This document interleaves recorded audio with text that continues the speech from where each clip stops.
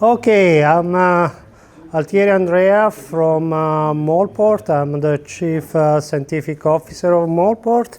It's been a pleasure to attend Drug Discovery Europe in Berlin, and it gave us great opportunities to show what we are doing. We are compound aggregators, and I'm pleased that we are helping the scientific communities in finding interesting compounds for drug discovery.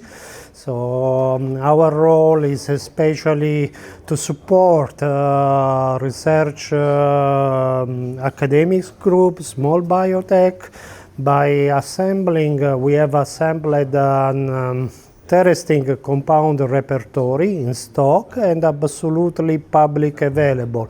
So thanks to this event gave us opportunity to render this database available to the scientific communities, and we are keen to see some results out of it, and to see more and more people downloading the dataset, which is absolutely free of charge.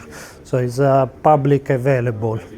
And take also opportunities for thanks the organizer for this nice event, and for being here today.